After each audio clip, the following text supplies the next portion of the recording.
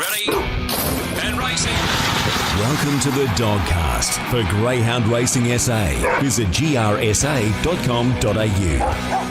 Yes, welcome to the Dogcast, brought to us by Greyhound Racing SA. I'm your host, Tim Edwards, joined by Greyhound Racing SA's racing manager, Shaun Mathieson. How are you, Shaun? Good, thanks, Tim. Great to be here. It's been a couple of weeks since we had the Dogcast, so a fair bit's been going on in those last few weeks. There has been a lot going on. We're going to touch on that coming up shortly. We're going to chat about everything that's been going on in the last couple of weeks in Greyhound Racing. We're going to preview the big night at Angle Park on Thursday night, the Group 3 2021 Brian Johnstone final. Of course, we've had the heats and the semis over the last couple of weeks, so we're looking forward to chatting about that particular race. We're also going to look back at what's been a massive month of greyhound racing. Of course, I think the last show we were talking about the Gawler Cup, so we're going to talk about the Gawler Cup result as well. Cast our eye over our best bets, of course, for Thursday night's program. Hopefully we can find a winner or two. And our interview this week is going to be with Sherilee Barber. We haven't spoke to Sherilee before. She's got a great chance of winning the feature with Zinfandel Bart on Thursday night. That's all coming up on today's edition of the Dogcast. The Week in Review. Yeah, the Week in Review is always brought to us by Fresh Pet Food Co., proud suppliers of fresh pet food for our GAP SA Greyhounds and the GAP prison programs. They're based right here in South Australia. If you want to check them out, check out their website, freshpetfoodco.com.au, for more information. Shaun, it's been a big couple of weeks in greyhound racing in South Australia. We've had the heats and the semis of the Brian Johnstone, the final coming up Thursday night. But if we turn our attention back, maybe 3 weeks ago, we were chatting about the Gawler Cup and what a fantastic race it was, and Victor Grosso, who was able to charge through and get the result. Well, fortunately, Tim, on our show, we spoke to Tony Rasmussen about his chances and as our strike rate has been going in recent times, come on the show and you run a really good chance of winning the feature race. And Tony was able to get the job done with Victor Grosso. We've endlessly spoken about this litter, what a wonderful litter they've been. But Grosso looks to have taken that next step. Won the Group 3, was a unbelievably good performance. I mean, showed a little bit of speed, but then found himself out wide on the track midfield, but then really got motoring the last little bit and raced away from him in a very impressive Group 3 win. The Rasmussen team just rolls on. Rosie Red for... Fantastic run. Absolutely. Yeah, showed plenty of speed. A dog with so much ability for Bosco and Christine. And then, of course, Victor Hayden rounded out the top three, and Victor Hayden is progressing really well. We've shown what the dog can do, stepping up to the 595 at Angle Park, and really exciting times. But definitely that field came and went, ran fourth. Victor Reed ran such depth through that final. A great addition to the Group 3. Yeah, Victor Grosso. Loved the way he just picked up and accelerated just off the back. Rosie Red got away with a good lead, and he was so good. So very, very good, Victor Grosso, the way he was able to charge up, grab Rosie Red and just charge away. He's a very promising dog, as Tony Rasmussen mentioned. He was, from memory, of the opinion that Grosso and Hayden were probably going to be the best two of the litter. I reckon he's spot on there with his assumption there. The Gawler Classic was on the same night, the sprint race, and Zipping Walter. Boy, did we get a bit of a shock to see him come out the way he did. I gave him a chance, Shaun, as you know, and when I saw him lead, there were some big bets landed that night. Punters got all over him. Yeah, as you mentioned, you called him. You couldn't believe that he was able to find the front, and pretty much once he found the front, that was it all over. And so people who did support him, and they did support him heavily, as you mentioned, would have been sitting back and just pretty much an easy watch. Over the 400 metres at Gawler, clearly at that level, if you can find the front, you're very hard to beat. And he was super strong, 22.79, a great run for the Rawlings team. Patch for Nicole Price, going really well, very improved greyhound. And she's a hot shot, such high speed, this greyhound. She's a real up-and-comer, as we already know. But yeah, once jumped to the front, it was all over for Zipping Walter. It was a great night. I must commend the Gawler Greyhound Racing Club, Shaun, because it was a fabulous night. There were people everywhere on the night. It was spread out, evenly with the COVID restrictions, but it was a real atmosphere. And I must admit, by the time we got to the last race, I know some of the Rawlings boys were up and about cheering because they had a big night and they won the last race on the program from memory. So, but it was a real good atmosphere, wasn't it? It was fitting that it rounded out that week of feature events in the northern region with the thoroughbreds and harness, and we rounded it off with the Gawler Cup. And as you mentioned, Tim, a great crowd. The club did a wonderful job in promoting it, getting plenty of people there, and the racing was of the highest quality. So a great week of racing in that region, and hopefully that'll continue year on year and just get bigger and bigger and become a week-long event, which is the hope. Yeah. All right. Well, before we check out the review of the heats and semis of the Brian Johnstone, just tell us about this new creation, I guess we can call it, of the Festival of Fire racing over the December Christmas period in greyhound racing in South Australia. Yeah, Tim, really exciting in December. For the 4 Thursdays of December, we're doing more around the Christmas theme anyway, getting people there, Jumping Castle. We've moved things around at Angle Park, as you know, moved the fence closer to the track and got that grassed area. So it's going to be great for those 4 Thursdays to have plenty of things for the kids on, through Christmas and the school holidays. In addition to that, the Christmas Festival Fire from a racing point of view comes about basically, we had... look to get a slot for the Phoenix, and what a wonderful thing the Phoenix is. Slot holder race, going to be great on the 18th of December at the Meadows. Very similar to the Everest style in Gallops. Very much so. And there was 14 people, 14 companies expressed an interest. We did. We were unfortunate not to get a slot, and congratulations to the 8 that did. It's going to be great. But we had effectively the $75,000 budget, and we felt, it was probably a good opportunity to put this back into SA racing for our SA participants. And through this December period, we've looked at running some heats and finals with, $20,000 to the winner finals, $10,000, $15,000 to the winner finals for SA trained greyhounds. So on Thursday the 16th, there is effectively 4 lots of heats, but the 2 heats are separated over the 5:30 and the 5:95 on Thursday the 16th. So effectively everyone nominates for 5:30. The best 16 get in for those heats, and then the next best get in for 4 remaining heats. Okay. Over the 5:95, the best 12 get in for that, and then the remaining 16 dogs run around in those heats. And then on the Saturday, 0 to 5 win heats. As many as 8 heats we can run on the Saturday morning on the 18th, and they all filter into a huge night, $100,000 in total prize money on offer for 6 finals on Thursday the 23rd of December. So it really aligns really well with our Christmas-themed nights, but also that money that we were going to use to try and give someone an opportunity to, to win the big money in Melbourne. Yep. We thought, okay, well, we've got that money budgeted for. We'll filter it through this process and really try and spread it out so that, everyone can sort of have a crack at it. There'll also be a feature, $10,000 to the winner final on the 23rd for the 730 metre stayers as well. Okay. So they don't miss out. So basically through the month of December, we're going to have some feature racing pretty much every Thursday night. There'll be activities for the kids on course because we know that they finish school holidays pretty early this year, I think it is from memory. So it's creating a bit of an atmosphere and a bit of theme through December, but some great prize money for the trainers up for grabs too. Absolutely, yeah, perfectly summed up, Tim. I mean, we probably haven't done an awful lot through that Christmas period before, but the opportunities are there. With the redevelopment of the Angle Park track, it really opens up the venue, makes it more conducive to doing things on the night, as we showed on Adelaide Cup night.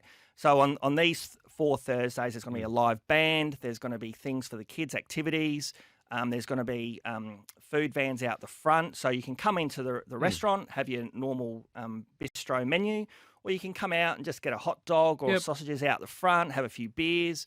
Hopefully the weather's going to be nice through December and school holidays. The kids can be taken care of with the activities. And we're going to have high-quality racing, Tim, as well. Yeah. So, really exciting how this has all come about, and we look forward to the support of it. Yeah. Yep, that's the Festival of Fire that's going to be coming up through the month of December. So we'll talk more about that in the coming weeks. Just a quick one on the fixture changes, Shaun. Yep. All right. Now, explain to us what's happening here on these Sunday nights, because from what I can gather, Gawler and Murray Bridge are going to split the Sundays. Is that right? Yeah. So from the 1st of December, the way the structure will work, the first 2 Sundays of every month will be at Murray Bridge at night, and Gawler will have those Fridays. And then the remaining Sundays of that month, whether it be 2 Sundays or 3 Sundays, will go to Gawler. Okay. Murray will have the Friday. So what this does, it allows back-to-back racing at our venue and allows each of those clubs to engage with the local community, nighttime racing on the weekend, which is what we want to do and get people to the track. So it won't work out perfectly because sometimes with cup races and Sunday nights, it won't necessarily work out perfectly. But effectively for the listeners, the first 2 Sundays of every month will be at the Bridge and the remaining Sundays will be at Gawler. Okay, all right. That's the admin taken care of. Yep. Let's turn our attention back to the semi-finals of the Brian Johnstone last week. Now, we had semi-final number 1, which was taken out by Zinfandel Bart. Was able to lead and was strong, held off Nike Apache, who I must admit I had him probably winning the race down the back. He's still a bit green, Nike Apache. I called him winning his heat and it was all over the place. And then his semi-final, he had every chance to run Zinfandel Bart down. They cleared out from the others. Blue Bayou and Simply Chaos ran 4th. Now, they ran 30 and 61. Did you feel the same, that Zinfandel Bart held him? Yeah, I did actually. I think Zinfandel Bart is showing that he's a really hard dog to get past. He's won his last 3 and, pretty much doing all the bullocking work up the front. I think like you, Tim, off the back, Nike Apache, based on the heat run and the expected improvement, that he would go past Zinfandel Bart. But to be fair, Zinfandel Bart held Nike Apache. Again, it was second look at the track for Nike Apache. 30.71, still a pretty good time. Expect a little bit more improvement. But there's really not a breath between them based on the semi-final. And when we talk to Cheryl Lee, I just think with Zinfandel Bart, if he can lead, he's just so hard to get past. Yeah. So, he's a major player there. But Blue Bayou ran on well for 3rd, but 12 lengths away. I can't necessarily see the remaining division playing a key role in the final. No, I think the 1st and 2nd place getters certainly hold the key there. Semi-final 2 was taken out by Earthworm Jim. He was strong. He was able to run them down. Spring Drama Lead was run down. And Zinfandel Nicky, I think, was probably best of the rest, finishing on into 3rd. But Earthworm Jim, I thought he was impressive. Yeah, I did. I agree. I think of the 2 Keith Helmuth performers, I think he was the more impressive. Obviously, he won. But the way he did it, he didn't begin that well. He got a bit of a bump on the first turn, found his way into 3rd and then raced into 2nd spot and then really accelerated and ran down Spring Drama pretty convincingly. Now, Spring Drama is a very handy type when she's out in front, but she's a little susceptible just at the last little bit. But Earthworm Jim did a really good job, 30.86. Whilst the slowest of the 2 semi-finals, I thought the most impressive. Spring Drama's Zinfandel Nicky again. I don't think you need to go further back. There was 6 lengths back to 4th. I think they're the main players. And I think the box draw, when we get to the box draw, Tim, has sort of made it even more interesting. But definitely those top 3 are the ones to take out of that race. Yeah, they were the 2 semi-finals from last Thursday night. We're going to chat about the final coming up shortly in the preview. That was the weekend review and all the admin that we've been chatting about over the last few weeks and all of the exciting things to look forward to in the next coming weeks with the Festival of Fire in December at Angle Park. That's the weekend review, thanks to Fresh Pet Food Co. The preview. Right, the preview this week is brought to us by the 4 Nights of Christmas. Of course, we just spoke about this at Angle Park in December. Each Thursday night, we'll have kids' amusements, face painting, live music, outdoor bars and food vans, barbecues and desserts, all trackside. So it is going to be a fabulous month at Angle Park on each and every Thursday night. Get your general admission tickets online at grsa.com.au/4nightschristmas or you can phone Chase's Restaurant, I guess, for other bookings. Yeah, absolutely. I think like the Adelaide Cup, Tim, we need people to get online and book a spot. Whilst it's outside and or inside in the restaurant, we still need people to book in, advise they're coming. We know how to cater for it, and we know how many numbers we're going to have on course. I'm expecting a lot of numbers, Tim. There's no reason why there shouldn't be. So I'd encourage everyone, just don't necessarily just roll up, and you can just roll up, but we would really prefer everyone to get online, book away, book your night. There's 4 nights of it. Choose a night that suits you best and come along. Hopefully you come again. But yeah, just get online and book. Yeah, it should be a fabulous month of racing at Angle Park. Righto, let's have a look at this big program Thursday night. which is tomorrow night. 10 races on the program, the feature race being race number 8, the Brian Johnstone final. This is the box draw. Earthworm Jim has come up with box 1. Number 2 is Zinfandel Nikki. 3, Simply Chaos. 4, Spring Drama. 5, Zinfandel Bart. 6, Nike Apache. 7, Gary's Chaos. And number 8 is Blue by You. So, summarising this, Ben Rawlings has got 4 runners. Shirley Barber's got the 1. Keith Helmuth has got the 2. And Gavin Harris has got the 1. And the reserves at this stage will not be required. Finis Flash and Finis Blossom.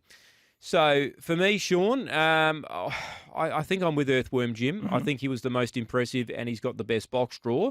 But I'm giving the Zinfandel Greyhounds a chance, but I think Nike Apache is probably the one dog in the race that is very green but has got a motor.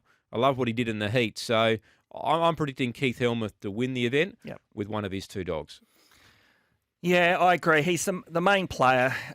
Both his greyhounds started very short through the series in each of the heats and the semi-finals.